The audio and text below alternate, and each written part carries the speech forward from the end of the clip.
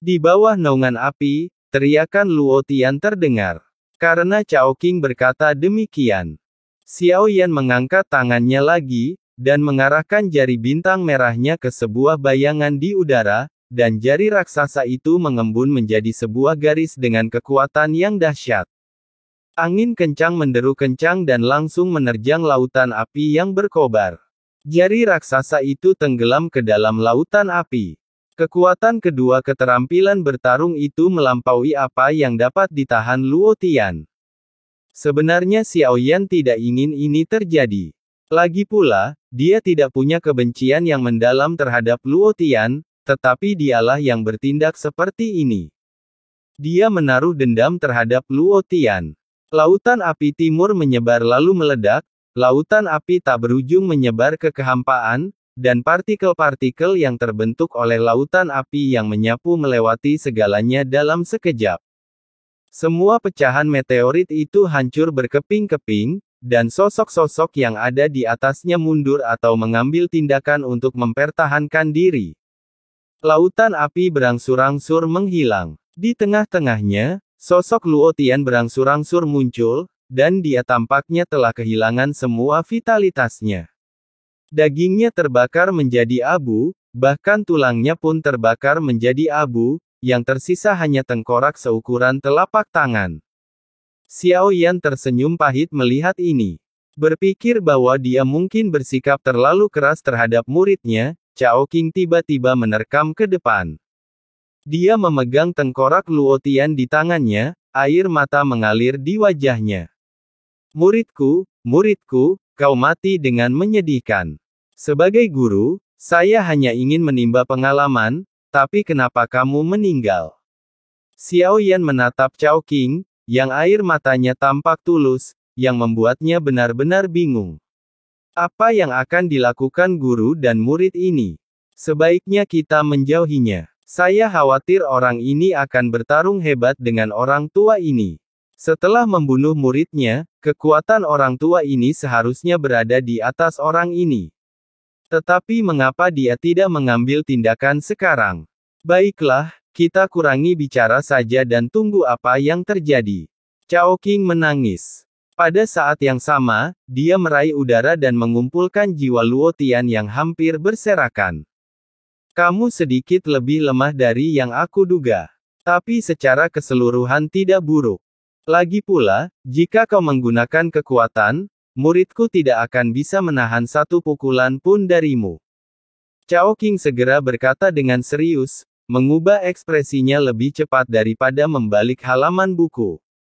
Dia menatap Xiao Yan dan berkata, terima kasih atas bantuanmu kali ini. Muridku memang butuh sedikit kemunduran, tetapi akan lebih baik jika kemunduran ini ada di tanganmu. Hanya Anda yang bisa memberinya yang terbaik. Xiao Yan mengepalkan tangannya dan membungkuk sedikit. Dia tidak peduli tentang itu. Dia tidak peduli tentang hal itu. Kali ini dia hanya ingin menyelesaikan sebab dan akibat dengan Cao Qing. Kamu anak yang cukup baik, lebih baik dari Gu Zongsheng. Kamu tahu bagaimana cara membalas kebaikan. Aku sudah mencatatnya. Saat muridku tumbuh dewasa, aku akan memintanya untuk datang dan membantumu. Cao Qing menekan jiwa Luo Tian ke lembah roh Qitian. Dia dengan hati-hati mengumpulkan muridnya yang tragis. Selamat tinggal. Cao Qing menginjak tanah, dan sosoknya tiba-tiba menghilang tanpa jejak. Orang tua yang tidak jujur, gumam Xiao Yan setelah Cao Qing menghilang. Tepat saat dia selesai berbicara, seberkas cahaya dingin melesat ke arah Xiao Yan.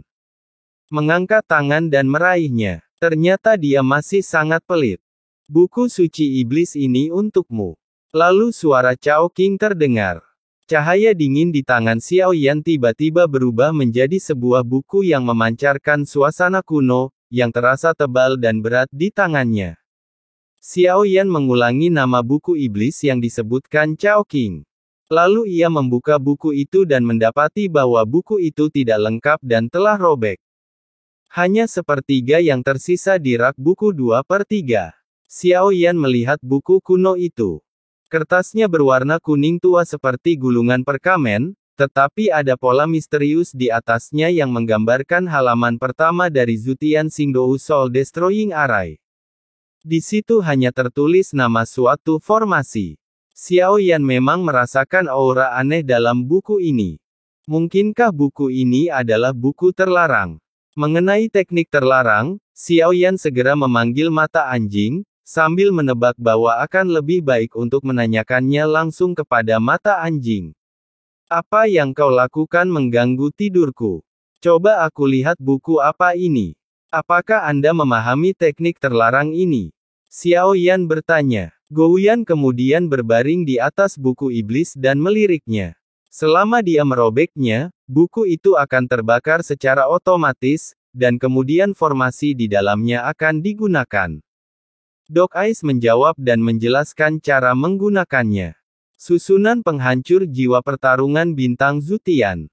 Xuan Hu, nama Qi Xuan tidak lain hanyalah Star Array. Kekuatannya cukup bagus. Aku tidak menyangka masih ada orang yang bisa membuat buku ini. Harta karun macam apa ini? Xiao Yan bertanya, benda itu tidak berarti apa-apa di mata Tuan Gou, tapi benda itu pasti masih berguna bagimu, lagi pula, dia bisa merobeknya dan menyebarkan formasi itu dalam sekejap, yang mana lebih cepat daripada menyiapkannya. Mata anjing itu cemberut. Mata anjing itu cemberut dan dia tampak meremehkan pada awalnya, lalu dia memujinya sebagai sesuatu yang menarik. Xiao Yan mengangguk pelan setelah mendengar ini. Buku ini memang berharga, meskipun dia tidak begitu mengerti batasan-batasan yang ada di dalamnya. Meskipun hanya tersisa sepertiga, masih ada lebih dari selusin halaman formasi terlarang. Jika Anda dapat melarikan diri dalam sekejap, itu dapat dianggap sebagai sarana dalam pertempuran. Xiao Yan menyimpan buku ilahi iblis surgawi, dan mata anjing juga masuk ke lengan bajunya. Pertempuran kecil yang baru saja terjadi di sini telah berakhir. Dia melihat sekeliling dan kemudian menatap pusaran kehampaan itu. Ada banyak aura di sekitar, dan melihat tidak ada wabah lagi, pertempuran menjadi lebih dekat lagi. Mengenai apa yang terjadi, mereka benar-benar bingung. Pertarungan itu dimulai secara tiba-tiba dan berakhir secara tiba-tiba. Tanpa mengetahui alasannya, pertarungan ini memang tampak agak tidak dapat dijelaskan. Belum lagi mereka, bahkan Xiao Yan sendiri merasa bahwa semua yang baru saja terjadi terlalu misterius. Beruntungnya, saya mendapat buku iblis, yang bisa dianggap sebagai harta karun, asalkan saya mendapatkan sesuatu.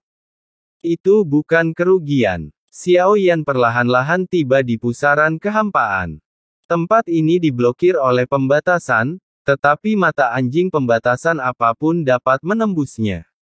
Namun kali ini Xiao Yan tidak membiarkan mata anjing itu langsung menembusnya, melainkan berbalik perlahan. Semua orang di sini harus muncul, dan bekerja sama untuk mematahkan batasan ini, atau mereka yang tidak bersedia berkontribusi harus segera pergi, kalau tidak mereka akan mati. Xiao Yan berdiri dengan tangan terlipat, dan suaranya yang mendominasi menyampaikan banyak aura. Dia bisa merasakan bahwa aura itu bukan milik aura dewa, tetapi berasal dari dunia luar, jadi dia tidak dengan mudah melanggar batasan itu, tetapi membuat orang-orang ini membayar harganya. Saat suaranya jatuh, Luo Ang terbang lebih dulu, menangkupkan tinjunya dan membungkuk di depan Xiao Yan. Nama saya Luo Ang, saya di sini untuk bertemu dengan Anda, saudara. Saya setuju bahwa kita harus bekerja sama. Bagaimanapun, blokade itu terlalu kuat dan sulit untuk menghancurkannya hanya dengan satu orang saja. Jangan ragu-ragu. Suara Luo Ang juga terdengar, menyaksikan kekuatan Xiao Yan. Tatapan matanya saat menatap Xiao Yan penuh dengan kekaguman. Oke, Anda yang bertanggung jawab di sini. Jika Anda tidak mau pergi dan menolak untuk pergi, saya akan mengambil tindakan untuk menyelesaikan masalah ini. Xiao Yan tidak tahu apa yang ada di pusaran itu, tapi itu agak merepotkan dan akan lebih baik menyelesaikannya di luar.